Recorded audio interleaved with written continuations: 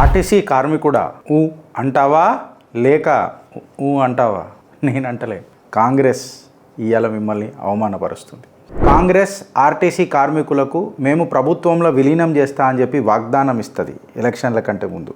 మాకు government employee status వస్తుందనని, మాకు better జీతాలు వస్తాయనని, మాకు సర్వీస్ బెనిఫిట్లు వస్తాయనని, మాకు రిటైర్మెంట్ బెనిఫిట్లు వస్తాయని చెప్పి సంతోషపడతారు. కాంగ్రెస్ వచ్చి సుమారు 2.5 నుంచి 3 సంవత్సరాలు అవుతుంది. విలీనం అనే ముచ్చట దూరం మాట, కానీ అసలు ఆ వాగ్దానం ఆ ముచ్చటనే బయటికి తీయరు. జై హింద్, జై భారత్, జై తెలంగాణ. ఫ్రెండ్స్, నేను మీ Girish Daramuni. Welcome to our channel Chitragupt. RTC కార్మికుడా ఊ అంటావా లేక ఊ అంటావా? నేనంటలే. కాంగ్రెస్ ఇవాళ మిమ్మల్ని అవమానపరుస్తుంది. ఆర్టీసీ విలీనం అనేది మళ్ళా చేసిన వాగ్దానం ఏంది, ఇవాళ జరుగుతున్న పరిణామాలు ఏంది? Let's debate friends. కాంగ్రెస్ పవర్లోకి వస్తుంది. కాంగ్రెస్ ఆర్టీసీ కార్మికులకు మేము ప్రభుత్వంలో విలీనం చేస్తా అని చెప్పి వాగ్దానం ఇస్తుంది ఎలక్షన్ల కంటే ముందు. ఆర్టీసీ ఎంప్లాయీలకు నిజంగా చెప్పాలని అంటే వాళ్ళు హర్షం వ్యక్తం చేస్తారు, ఇన్ఫ్యాక్ట్ సంతోషపడతారు. మాకు గవర్నమెంట్ ఎంప్లాయీ స్టేటస్ వస్తుందనని, మాకు బెటర్ జీతాలు వస్తాయనని, మాకు సర్వీస్ బెనిఫిట్లు వస్తాయనని, మాకు రిటైర్మెంట్ బెనిఫిట్లు వస్తాయని చెప్పి సంతోషపడతారు. ఆర్టీసీ కార్మికులు, ఆర్టీసీ ఎంప్లాయీలు ఈ వాగ్దానాన్ని నమ్ముతారు. ఎంప్లాయీ యూనియన్లు కంప్లీట్గా కాంగ్రెస్కి సపోర్ట్ చేస్తాయి. సపోర్ట్ చేసిన తర్వాత వాళ్ళ పెద్ద బిగ్గెస్ట్ ఎక్స్పెక్టేషన్ ఆర్టీసీ వర్కర్లలో ఏముంటుంది అని అంటే విలీనం. కాంగ్రెస్ వచ్చి సుమారు 2.5 నుంచి 3 సంవత్సరాలు అవుతుంది. విలీనం అనే ముచ్చట దూరం మాట, కానీ అసలు ఆ వాగ్దానం ఆ ముచ్చటనే బయటికి తీయరు. 6 గ్యారంటీలలో ఇదొక గ్యారంటీ ఆవిరైపోయాయి. ఏప్రిల్ 2026 నాడు ఆర్టీసీ కార్మికులు, ఆర్టీసీ వర్కర్లు స్ట్రైక్ చేస్తారు. ఆర్టీసీ ఎంప్లాయీలు పెద్ద ప్రొటెస్ట్ చేస్తారు. ఇమ్మీడియట్గా విలీనం జరగాల. ఈ notification off the appointment day ఏదైతే ఉంటుందో దాన్ని ఖచ్చితంగా ప్రకటించాలా. అనగానే ప్రభుత్వం ఉక్కిరి బిక్కిరి అవుతుంది. మ్యారథాన్ డిస్కషన్స్ అవుతాయి. పలు నిజంగా చెప్పాలంటే సోషల్ వర్కర్లు, జర్నలిస్టులు, అనలిస్టులు, ప్రతిపక్షాలు అందరూ ఒకటవుతారు. ఈ డిస్కషన్లో పాల్గొంటారు. ఆర్టీసీ వర్కర్లకు మద్దతు తెలుపుతారు. దాని తర్వాత పొన్నం ప్రభాకర్కి చాలా రోజుల తర్వాత ఆయన రాజకీయ నాయకుడు అని గుర్తొస్తుంది. ఆర్టీసీ వర్కర్లతో మీటింగ్ పెడతాడు.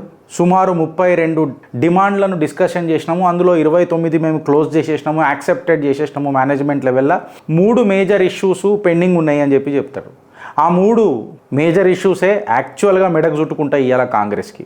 ఒకటి ఆర్టీసీ విలీనము, ఇంకొకటి 2021 పిఆర్సీ, మూడోది రికగ్నిషన్ ఆఫ్ యూనియన్ ఎలక్షన్స్. ఈ 3 అత్యంత కీలకమైన సబ్జెక్ట్లే కాంగ్రెస్ వాయిదా వేసుకుంటూ వచ్చింది. ప్రభుత్వం అష్యూరెన్స్ కూడా ఇస్తుంది. ఎంప్లాయీస్ ఈ మర్జర్ ప్రాసెస్ని నమ్ముతారు కూడా. దాని తర్వాత స్ట్రైక్ విత్డ్రా చేస్తారు. ఏప్రిల్ గడిచిపోతుంది, మే గడిచిపోతుంది, జూన్ ఎండింగ్ వస్తుంది. నెలలు గడుస్తూ ఉంటాయి. ఎంప్లాయీస్ ఎవరెవరైతే ఉంటారో వాళ్ళు మళ్ళీ ఒకసారి క్లెయిమ్ చేస్తారు. అరే ఏమైందిరా బాయ్ అపాయింట్మెంట్ డే, మర్జర్ నోటిఫికేషన్ ఏమైందిరా బాయ్, ఫైనల్ రోడ్ మ్యాప్ ఏమైందిరా బాయ్ అని చెప్పి మాట్లాడితే ఆవిరైపోతాయి కదా గ్యారంటీలు. మీ గ్రహచారం గలీజ్ ఉంటే గ్యారంటీలు ఏం బాగుంటాయి అననే ముచ్చట కాంగ్రెస్ మాట్లాడుతుంది. మళ్ళా కాంగ్రెస్ వాయిదాల సీక్వెన్స్ మొదలవుతుంది. మర్జర్ ఫస్ట్ అని చెప్పి వెనకటికి చెప్పింది, ఇయ్యాలనేమో రికగ్నిషన్ యూనియన్ ఎలక్షన్స్ ఫస్ట్ అని చెప్పి మాట్లాడుతుంది. రిప్రజెంటేటివ్స్ ఏవైతే ఉంటారో వాళ్ళందరూ ఈ మర్జర్ కమిటీల తర్వాత జాయిన్ అవుతారు అని చెప్పి చెప్తారు. ఆర్టీసీ యూనియన్ దీన్ని అపోజ్ చేస్తుంది. చాలా మట్టుకు యూనియన్లు ఏమని మాట్లాడుతున్నాయంటే, ఫస్ట్ నువ్వు అపాయింట్మెంట్ డే ఏదైతుందో దాన్ని ఫిక్స్ చేయి, దాని తర్వాత ఎలక్షన్స్ కండక్ట్ చేయి. Elections are delaying the merger. Elections are delaying the merger.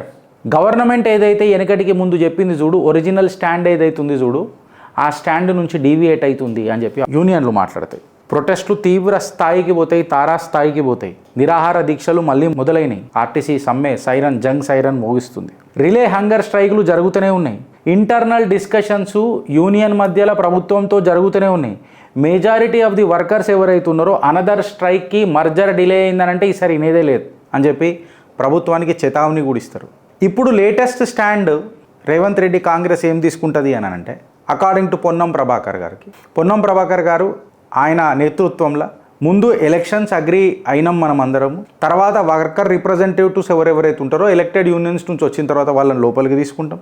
అసలు వర్కర్ల ఇంట్రెస్ట్లు ప్రొటెక్ట్ కావాలంటే ఎలక్షన్లు జరగాలి కదా, వాళ్ళకు నేతృత్వం ఉండాలా అని అంటే ఉద్యమాన్ని నీరుగార్చేది కూడా నేతృత్వమే కదా. పొన్నం ప్రభాకర్ గారి యొక్క మనస్తత్వాన్ని ఆర్టీసీ కార్మికులు ముందే పసిగట్టినరా అనే వాదన వాళ్ళే డిసైడ్ చేసుకోవాలి యూనియన్లు. ఇవాళ ఈ ఏపీ స్టైల్ మర్జర్ ఇష్యూస్ ఏవైతున్నాయో చూడు దాన్ని అవాయిడ్ చేయాలా. Government is committed for merger after due process అని చెప్పి పొన్నం ప్రభాకర్ మాట్లాడతారు. And how do we define this due process అని చెప్పి మేము చిత్రగుప్తులు అడుగుతున్నాం. When we say how do you define this due process, Congress చేసిన ప్రామిసులు ఇవాళ కరెంట్ సిచ్యువేషన్ రియాలిటీ ఏమున్నదో చూద్దాం. ఆర్టీసీ విలీనం అవుతుంది అని అన్నారు, ఇంతవరకు కాలే. గవర్నమెంట్ ఎంప్లాయీ స్టేటస్ దొరుకుతుంది అని అన్నాం, ఇంతవరకు ఇంప్లిమెంట్ కాలే. అపాయింట్మెంట్ డే అని అన్నారు, ఇంతవరకు అనౌన్స్మెంట్ చేయలే. మర్జర్ కమిటీ అని అన్నారు, ఇప్పటిదాకా వర్కర్ రిప్రజెంటేటివ్లతో ఫార్మ్ చేయలే. సర్వీస్ బెనిఫిట్లు అని అన్నారు, పెండింగ్లలో ఉన్నాయి. గవర్నమెంట్ సేస్ మర్జర్ అని అంటారు, అది ఇప్పటిదాకా ఇన్కంప్లీట్ ఉంది. ఎంప్లాయీస్ ఎక్స్పెక్టెడ్ క్విక్ ఇంప్లిమెంటేషన్, ఇప్పటి వరకు వాళ్ళకేమైనా దొరికింది అని అంటే ప్రొసీజరల్ డిలేలు తప్ప ఇంకేం దొరకలే. ఇవాళ కాంగ్రెస్ ఎలక్షన్ల కంటే ముందే మాట్లాడింది, ఎలక్షన్ల తర్వాత ఏం మాట్లాడింది. అసలు కాంగ్రెస్ ఎప్పుడు కూడా ఫస్ట్ ఎలక్షన్స్ అని, దాని తర్వాత కమిటీలని, దాని తర్వాత డిస్కషన్లని, దాని తర్వాత మర్జర్లు అని చెప్పి మాట్లాడలే.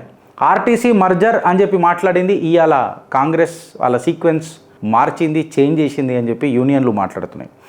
ఇవాళ ఎంప్లాయీ యూనియన్స్ కొన్ని ప్రశ్నలు వేస్తున్నాయి, ప్రశ్నల వర్షం కురిపిస్తున్నాయి. ఎవరికి? కాంగ్రెస్ సర్కార్కి. మళ్ళీ నువ్వు విలీనం అనే హామీ ఇచ్చినప్పుడు అపాయింట్మెంట్ డే అనేది స్టిల్ ఎందుకు పెండింగ్ ఉన్నది అనే ప్రశ్నకు సమాధానం ఉందా? అగర్ ప్రభుత్వం కమిటెడే ఉంటే ఈ time line based announcement system ఎందుకు ప్రకటిస్తలేదు కాంగ్రెస్? సమాధానం ఉందా? విలీనం అనేది ఖచ్చితంగా జరుగుతుంది, కాంగ్రెస్ మాటిస్తే మాట దప్పం మడమ దిప్పం అని చెప్పి మాట్లాడతారు కదా. మళ్ళా elections first priority instead of implementation అనే మాటకు సమాధానం ఉందా? వర్కర్స్ ట్రస్టెడ్ ద ప్రామిస్, వర్కర్లు మీ హామీలను నమ్మిండ్రు. ఇవాళ వన్స్ అగైన్ మళ్ళొకసారి స్ట్రైక్కి అడుగులు ఎందుకు వేస్తున్నారు? దీనికి సమాధానం ఉందా? ఇవాళ రాజకీయంగా వస్తున్న ప్రశ్నలకు కాంగ్రెస్ సమాధానం చెప్పగలుగుతుందా? ప్రామిస్ ఇమీడియట్గా ఉండే, ఇవాళ ఇంప్లిమెంటేషన్ కండిషనల్గా అయిపోయింది. మీరు ఇచ్చిన వాగ్దానము ఒక కమిటీ అయిపోయింది, ఈ కమిటీ ఎలక్షన్ అయిపోయింది, ఈ ఎలక్షను డిలే అయిపోయింది, ఈ డిలే కార్మికుల ఫ్రస్ట్రేషన్ అయిపోయింది. ఆచరణ కరువై వాళ్ళ అనుభూతి ఇంకొకసారి అవమానం పాలైంది. ఆలోచిస్తావా లేక అనుభవిస్తావా? భారత్ మాతాకి జై.